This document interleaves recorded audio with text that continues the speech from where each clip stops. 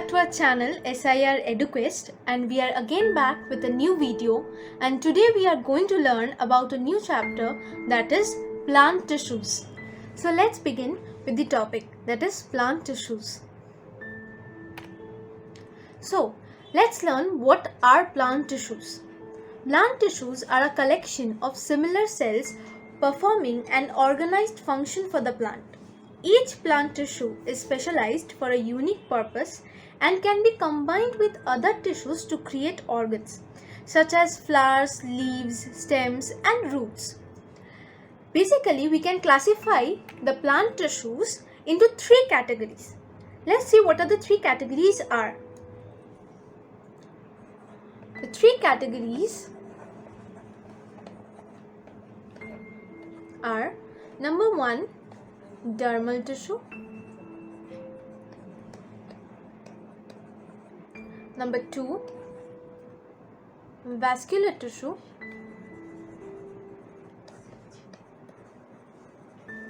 and number 3, ground tissue.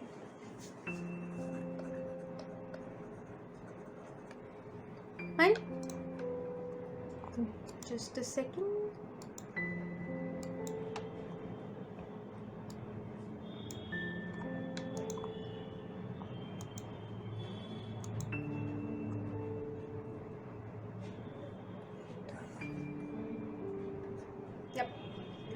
Now, we can also classify the vascular tissue into two parts, that is, one is xylem, the second one is phloem. What is the function of phloem? The function of phloem is to transport food, and the function of xylem is to transport water.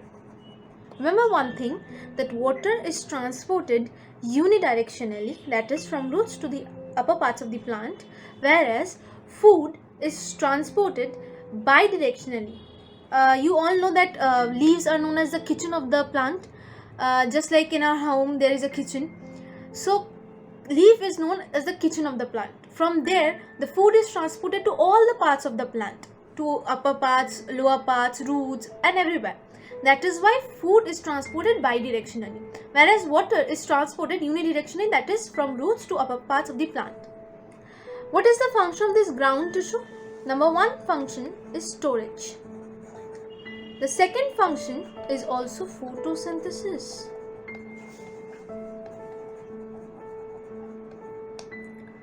Fine. And what is the function of this dermal tissue? Simple. The function of this dermal tissue is just protection.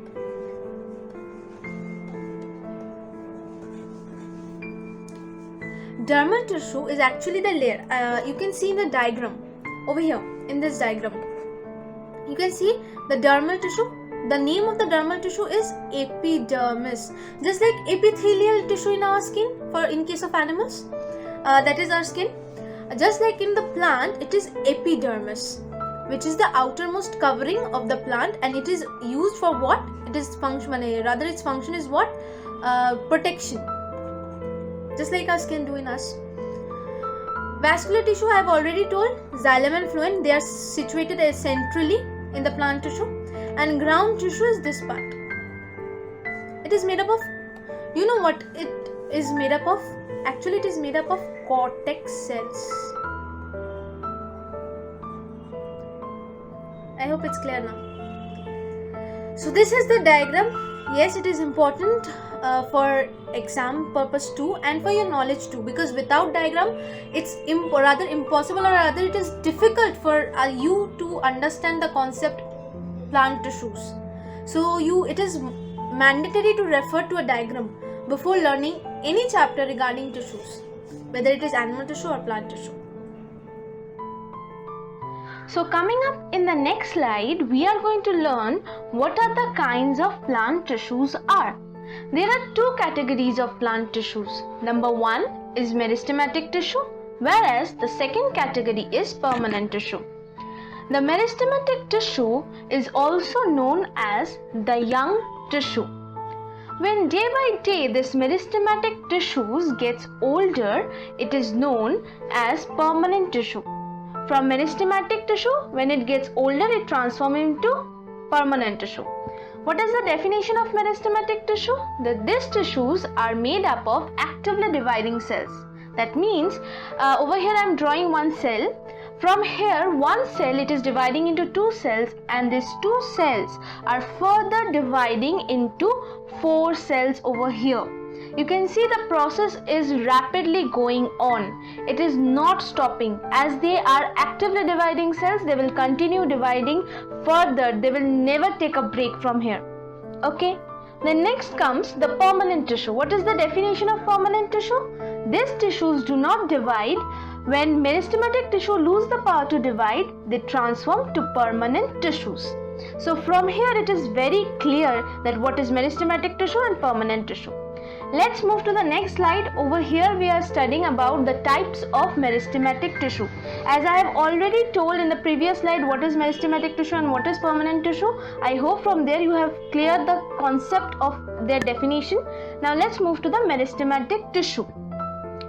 Over here you can see there is apical meristem, which is the first category of meristematic tissue. Apical means the shoot.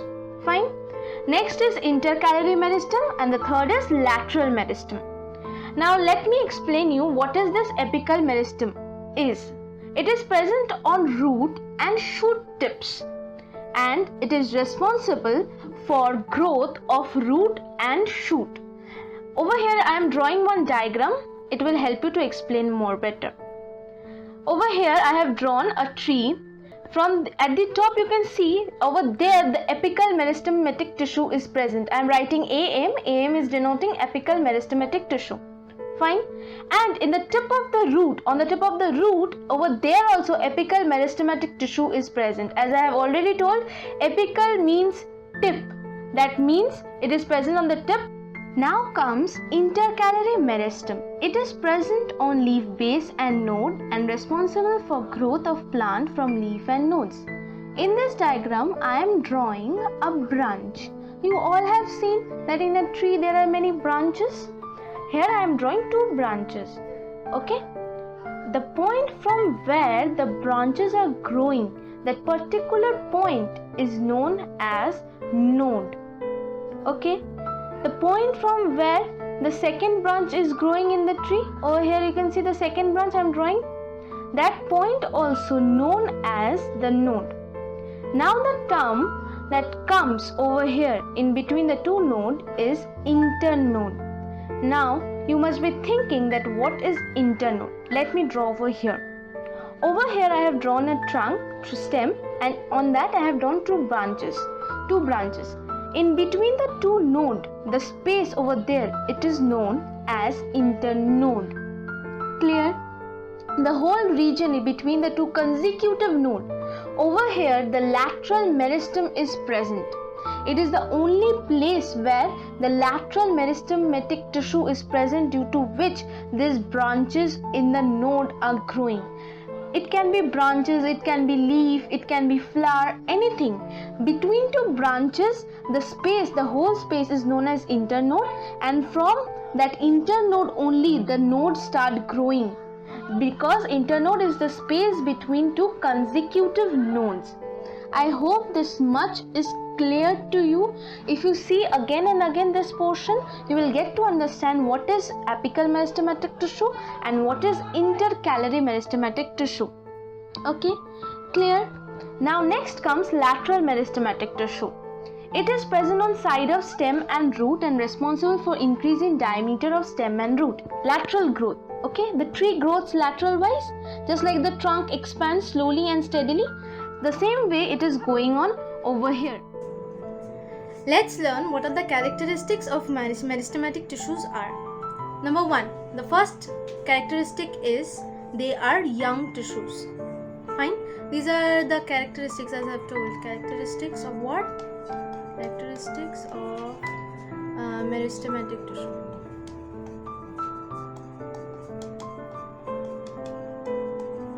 Clear? They are young. Secondly, they are continuously dividing.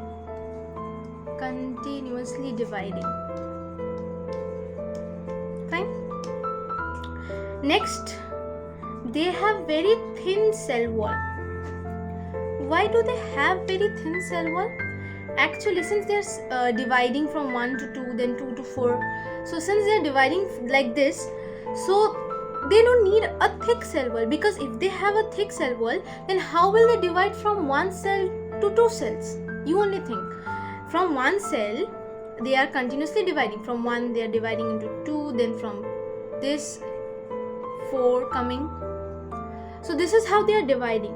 So if they have thick cell wall, they will take more time to divide, or they will face difficulty if the cell wall is thick.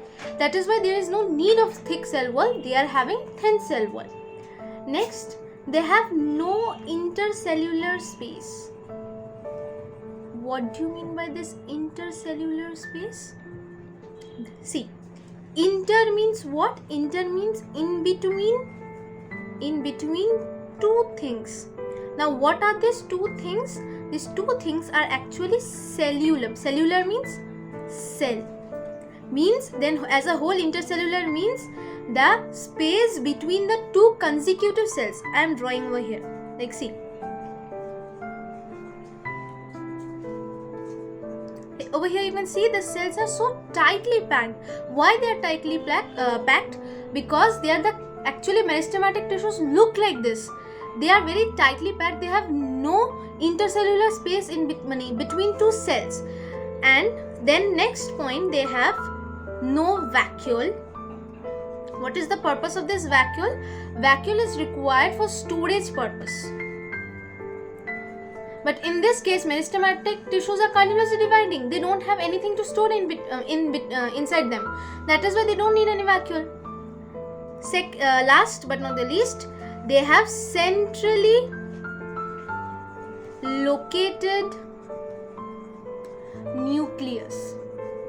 Then where is the nucleus located? Centrally. That means in between two cells, like this.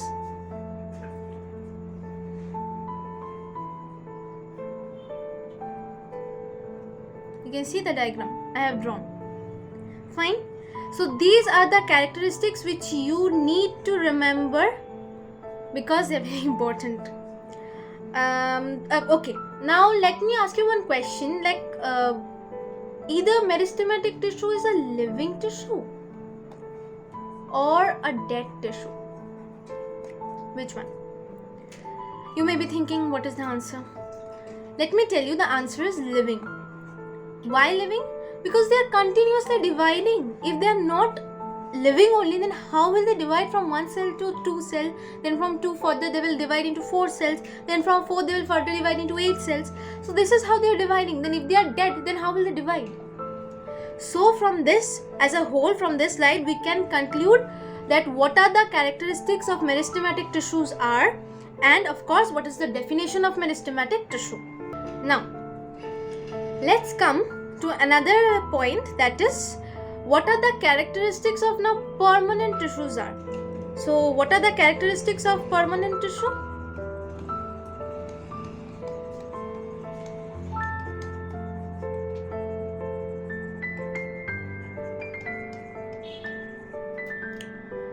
They cannot divide. Fine. This is the main definition, because when young meristematic tissues gets older slowly, this older tissue is only known as permanent tissue. So permanent tissue is nothing new. The meristematic tissue which is getting older day by day, that old meristematic tissue is only known as the permanent tissue. What are their characteristics? The first characteristic of permanent tissue is they cannot divide. Fine. And this nucleus is not centrally located. The nucleus is located in periphery. What do you mean by periphery? Periphery means if this is a cell, fine. These are the 2 consecutive or rather 3 consecutive cells, fine. The nucleus is located at like this, called periphery. Periphery means at the edge of the cell, or rather not center, away from center rather, you can say. Like this, they are located. This is the nucleus, fine. Third, they have vacuoles in it. Why vacuoles? Because vacuoles are present Why vacuoles are present? Because they are older, right? So they need to store something so that, rather you can say food only, to get nutrition from it. They need storage, or else how they will become strong enough? So here are the vacuoles. Fine, these are all vacuoles. Let's come to another topic in this chapter, that is types of permanent tissues. So what are the types? There are two types of permanent tissue. Number one is simple permanent tissue, and number two is complex permanent tissue. What is the function of this simple permanent tissue? It just provides support and protection. And what is the function of this complex permanent tissue? It conducts nutrients and water. You can see rather complex permanent tissue in, I have already told you that they are divided into two parts, xylem and phloem. Just like vascular tissue. Then move ahead. Here we again come up with another point, that is types of simple permanent tissue. Now according to the function, the simple permanent tissues are of two types. What are the types? First is protective tissue. What is this protective tissue? It consists of cells with thick walls. They are found on the surface of roots, stems and leaves. For example, the epidermis of leaves, which secretes a waxy waterproof substance. Next thing is supportive tissue. Supportive tissue has three categories known as parenchyma, collenchyma and sclerenchyma. So these are the two types of simple permanent tissue. Clear? So this is, again we are coming to the characteristics of parenchyma, collenchyma and sclerenchyma. This is a beautiful chart which we have made rather. So let's go on. Parenchyma. What is then parenchyma? It is spherical, thin-walled cells with large intercellular spaces, consist of living cells at maturity. Remember one thing, parenchyma is also known as the packing tissue in plant. Why it is known as packing tissue? Because in between two cells, if it gets any place, it will start growing. Means packing tissue means it will grow wherever there is empty space left over. For example, if I say here are 3 or 4 cells I have drawn, so over here there is space, so parenchyma will start growing in this portion. Clear? Next is what? Collenchyma. What is collenchyma? They are elongated cells with unevenly thickened cell walls. Mind this thing, they have parenchyma have thin walled cells, but in collenchyma they have thickened cell walls at the edges. Little intercellular spaces are present. Over here little intercellular spaces there. Means between two cells there is very little space. Consists of living cells at maturity. The third category which comes here is sclerenchyma. They are actually the dead tissue. Remember this thing. Parenchyma is living. Collenchyma is also living, but sclerenchyma is a dead tissue, like in the barks of tree or rather trunk. They are you have seen they are not green in color, they are actually brown in color. Why they are brown in color? Because they are dead. Okay. Long, narrow, thick walled cells, intercellular spaces are absent, consist of dead cells at maturity, as I have told you earlier. Next comes types of complex permanent tissue. What is complex permanent tissue? See, complex permanent tissues or conducting tissue is also called the vascular tissue. That is why I have told you that complex permanent tissues can be classified into two categories. First is xylem and second is phloem. What is the role of this xylem? It transports water and minerals absorbed by the roots to other plant parts. Remember one thing, it transports unidirectionally, whereas phloem transports bidirectionally.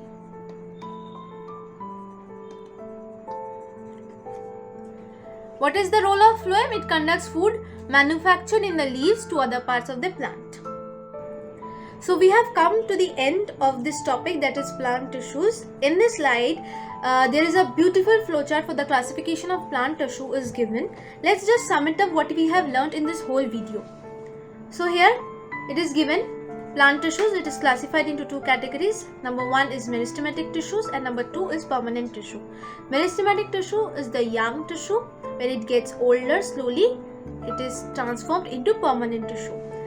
Meristematic tissues are actively dividing cells. They are present in the tip of the shoot and tip of the root, and permanent tissues are those cells which do not divide further. Permanent tissues are classified into further two categories, that is simple permanent tissue and complex permanent tissue. Then simple permanent tissues are again further divided into three categories, that is parenchyma, collenchyma and sclerenchyma. Parenchyma, as I told you earlier, is also known as the packing tissue in plants. Correct? This is very important. Wherever there is empty space in between two cells or rather 3 or 4 cells, this parenchyma starts growing. Collenchyma is present because it provides flexibility to the plant. If you take an example of a banyan leaf, if you fold it, it will easily get folded up. Why? It will never break also. Why? It is due to this collenchyma. Next is sclerenchyma. This is the dead tissue. Why it is dead tissue? Because it provides what? It provides mechanical support to the plant. That is why the whole plant is standing. Next, complex permanent tissue. Complex permanent tissue, they are further divided into two categories, that is xylem and phloem. As I have told you earlier, xylem transports water, whereas phloem transports food. Food that is transported bidirectionally and water is transported unidirectionally. Xylem consists of 4 cells, that is tracheids, vessels, xylem fibers, xylem, parenchyma, and phloem consists of 4 cells again, that is sieve tube, companion cells, phloem fibers and phloem parenchyma. In xylem, among these 4, xylem parenchyma is the only living cell,